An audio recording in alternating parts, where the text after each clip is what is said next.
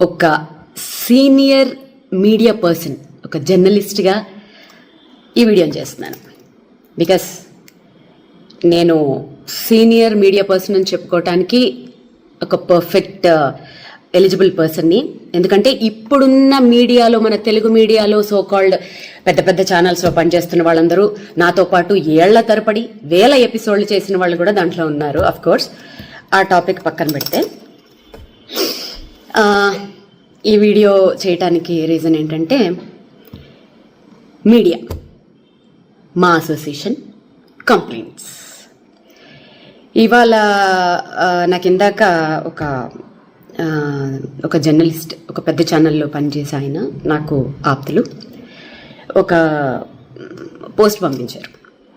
పలానా so called astrologer మీద ఇలా ఏదో ఎవరికో కంప్లైంట్ ఇచ్చారు, ఎందుకంటే నాగ చైతన్య సమంత గురించి ఏదో చెప్పారు అని.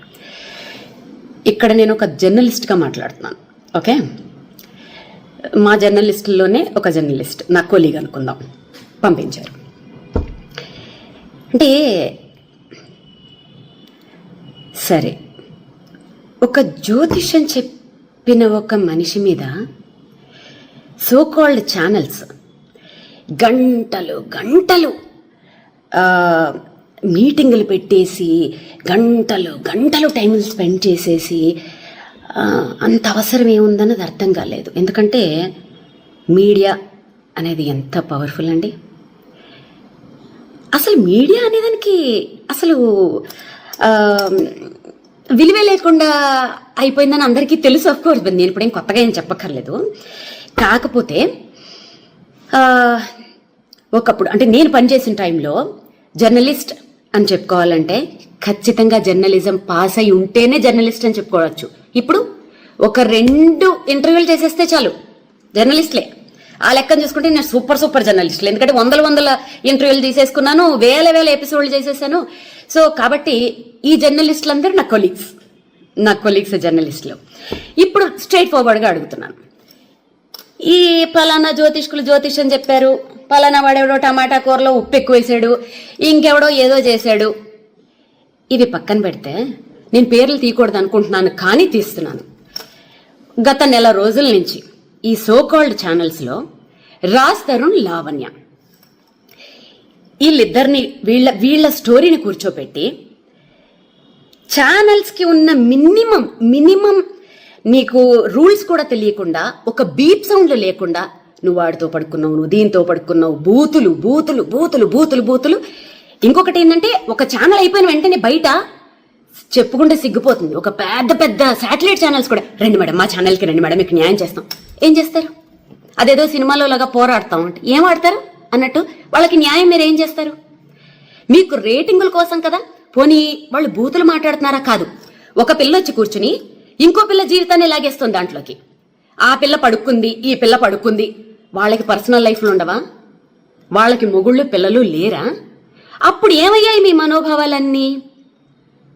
అంటే మీ మీద సోకాల్డ్ మా జర్నలిస్టుల మీదే ఎవరు కేసులు పెట్టేవాళ్ళు లేరా? ఉండరా? సో ఇది ఎవరు ఆలోచించుకోవాలి చెప్పనా? ఆడియన్స్, మెయిన్గా యూత్ ఆలోచించుకోవాలి.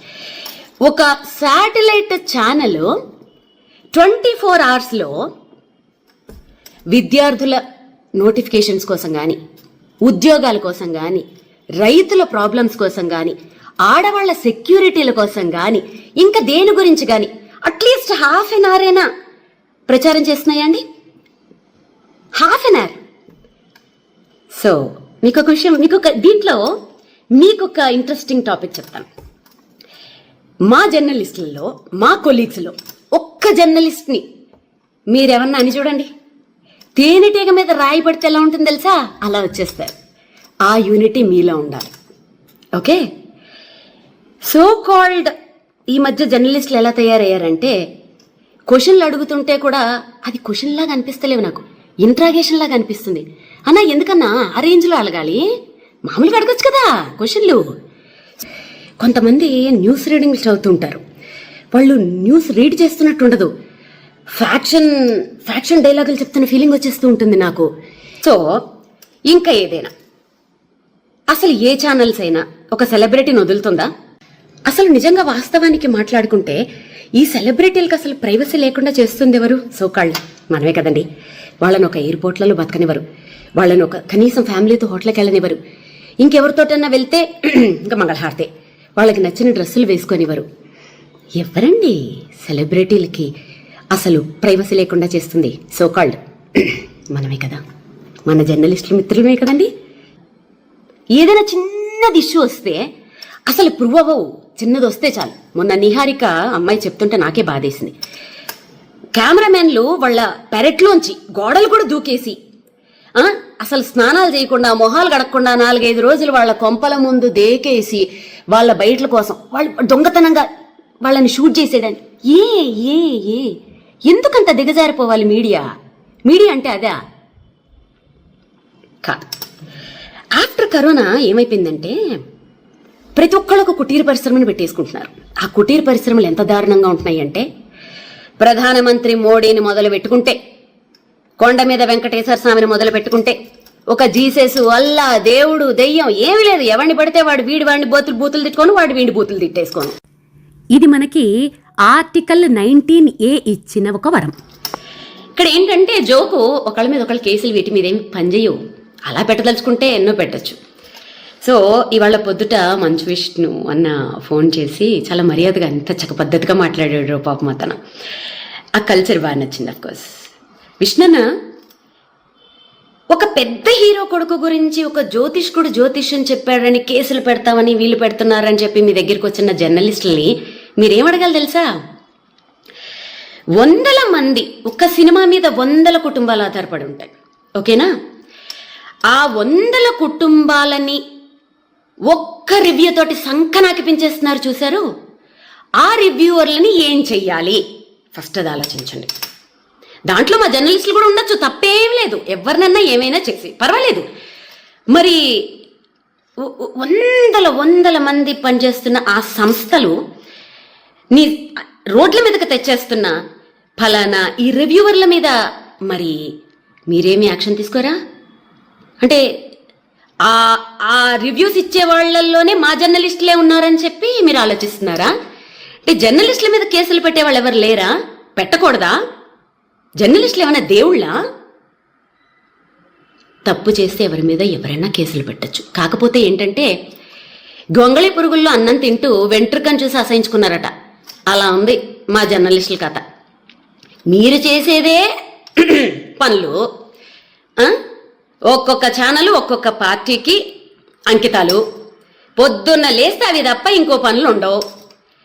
ఏమైనా టాపిక్లు డీవియేట్ చేయాలంటే గిట్లా ఫలానా పంతులు అట్లా చెప్పాడు, వీడు ఉప్పులో కారం ఎక్కువ వేశాడు, ఆమె ఎవరో 2వ పెళ్ళాన్ని ఉంచుకున్నారు, వీళ్ళెవరో ఇంకొక, సారీ ఇలా మాట్లాడుతున్నాను ఏమనుకోకండి, ఎందుకంటే పెద్ద ఛానల్సే బీపుల్ లేవు నాకెందుకు ఇంకా.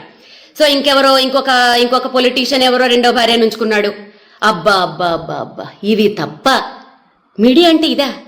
ఇంత దరిద్రమా? సో ఫైనల్గా నేనేం చెప్తున్నానంటే, యూత్ మారండి. వాళ్ళు ఏమంటున్నారు తెలుసా మీడియా వాళ్ళు? మంచి వీడియోలు పెడితే అసలు ఎవడో చూడట్లేదండి అని మీకే ఇస్తున్నారు. పోరాడండి, హ్యాష్ట్యాగ్లు పెట్టండి పెద్ద పెద్ద ఛానల్స్కి. మాకు ఈ చెత్త ప్రోగ్రాంలు వద్దు, ఉపయోగపడే ప్రోగ్రాంలు వేయండి. మా లైఫ్కి మా జీవితాలను నిలబెట్టే ప్రోగ్రాంలు, గవర్నమెంట్ని ప్రశ్నించే ప్రోగ్రాంలు మీరు వేయండి. హ్యాష్ట్యాగ్లు పెట్టి ఫైట్ చేయండి. మీరు ఫైట్ చేస్తే సాధించలేందా? తెలంగాణ అలా సంపాదించుకున్నది కాదా? ప్రతి రాష్ట్రంలోనూ అలాంటి సంపాదించుకున్నవి ఎన్ని లేవు? మీకోసం ఫైట్ చేయండి. ఎంటర్టైన్మెంట్ కావాలంటే మీ ఫ్యామిలీ మెంబర్స్లో, మీ ఫ్రెండ్స్లో వెతుక్కోండి. అంతేగాని మీడియాలో ఎంటర్టైన్మెంట్ కోసం మీ జీవితాలు నాశనం చేసుకోకండి. ఛానల్స్ని ఎదిరించి ప్రశ్నించండి. ఓకే, మీరు ప్రశ్నించి మీరు సాధించిన రోజు మీ ముందు నిలబడి యాజ్ ఎ సీనియర్ జర్నలిస్ట్ నేనే ఫైట్ చేస్తా. ఈ జ్యోతిష్యాలు, పురోహితుళ్ళు, అసలు ఇవన్నీ బ్యాన్. అసలు సోషల్ మీడియాలో చెప్పకూడదు. ఎవరైనా చెప్తే ఫస్ట్ నా మొగుడు కాదు, ఎవరు కాదు, ఫస్ట్ నేనే కేసు పెడతా.